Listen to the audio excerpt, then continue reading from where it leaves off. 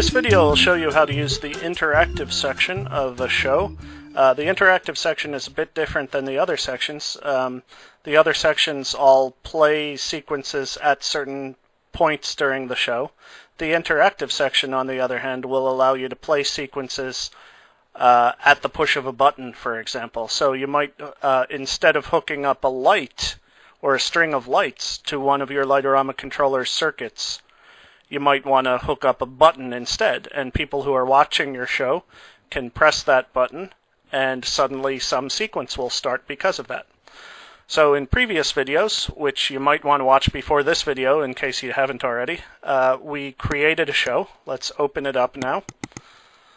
And you'll see we have things in our background section: startup, animation, musical, and shutdown. We put them all there in previous videos, but we don't have anything in the interactive section.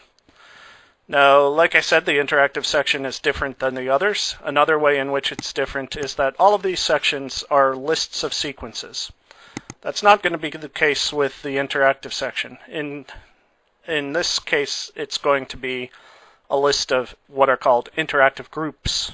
And interactive groups are a list of triggers, and triggers are a list of sequences. So at the lowest level, there are still sequences in there, but there are a couple of levels in between that are only in the interactive section, not in the other sections. So let's see what I meant by all of that. Let's click on the plus button to add an interactive group. That'll open up this dialog, the interactive group type dialog. And you can see there are big explanations here about what all that means, and you might want to, you probably should, if you're going to use this feature, read those to really understand what it means. Also, the help files have good information on interactive groups. But just basically, there are three different types: jukebox, soundboard, and magic toy.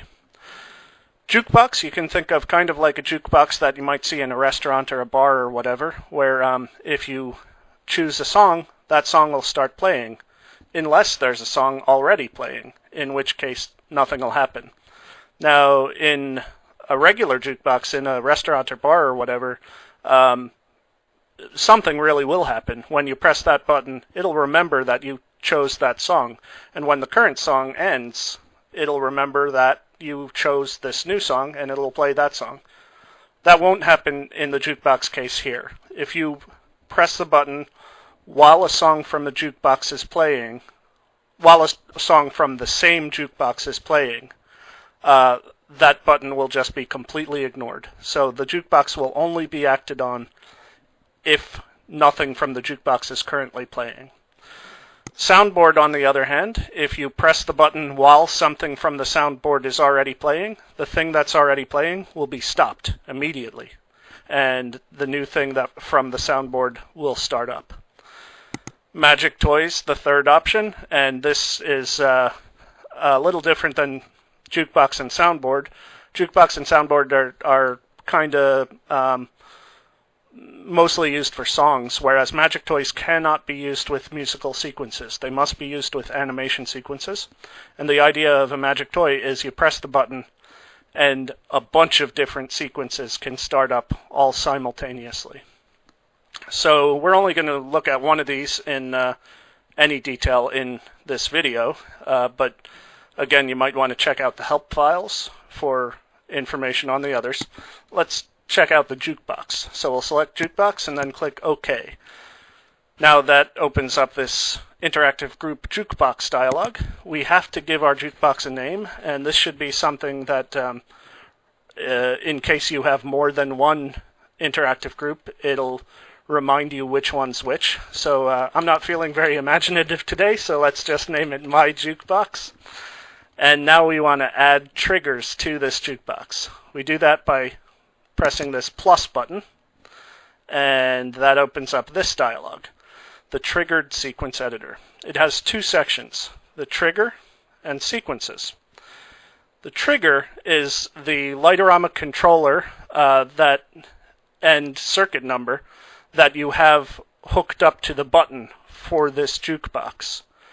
And in this case, by default, it's on the regular network, unit 1, input 1. Maybe in reality we have it hooked up not to that, but we have it hooked up to unit 03, input 7, let's say. So we would change that in the trigger section. In the sequences section, we want to add the sequences that will play when the jukebox is triggered. So click on the plus button. That opens up a file browser, and let's say we want it to play every day, and click open. Now every day is added to this particular trigger of this jukebox. So when the button is pressed, that's hooked up to Unit 3, Input 7, every day will start playing. Now I should note at this point that only one musical sequence can be playing at a time. So if you have a musical sequence playing in your show, let's say in your musical section of your show, and somebody pushes this button, because this is a musical sequence also, that other musical sequence will suddenly stop, and this one will start up. The exception to that is with jukeboxes in particular.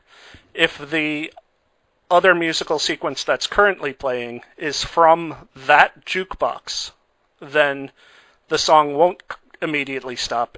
The button will just be ignored instead.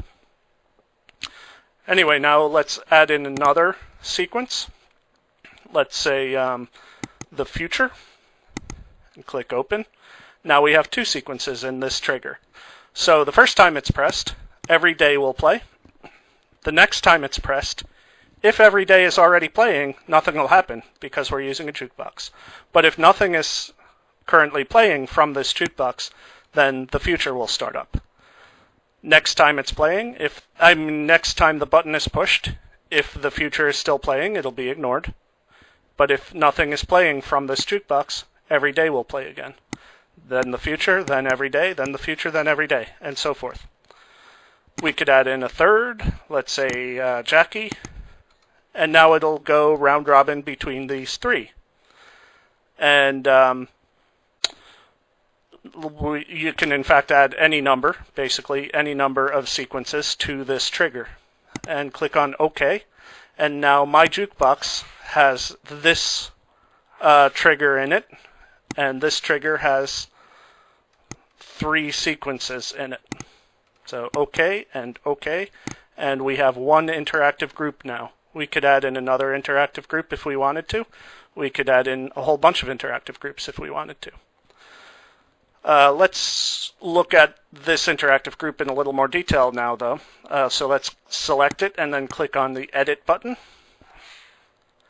And let's say instead of one trigger with 3 sequences, we'll instead have 3 different triggers, each with 1 sequence. And that way we can have one button that always causes every day to happen, and another that'll cause Jackie to get played, and another that'll have the future being played. So first let's edit this trigger to get rid of 2 of them. So let's leave every day in here and get rid of the future and Jackie. And maybe we could rename this trigger Unit 3, Input 7, and then every day, just to remind ourselves that this is the button that's hooked up to play every day. Now we can add in another trigger. Let's say it's also on Unit 3, but this one's on input circuit number 3, and the last one played every day. This one instead will play Jackie, and we'll name it Jackie, just to remind ourselves. So you'll see that we now have 2 different inputs for this single jukebox. And we can add in a third. Let's say it's on Unit 7, Input 7, and open up the future. And name it the future. Now we have 3 separate inputs for this single jukebox. So if they press this button, every day will play. They press that button, Jackie will play. They press this button, the future will play. Unless one of them is already playing, in which case the button will be ignored. And again, that's because we're using a jukebox. So anyway, now we can click on OK and save our sequence. And I think that's about it for interactive groups. I hope this helps.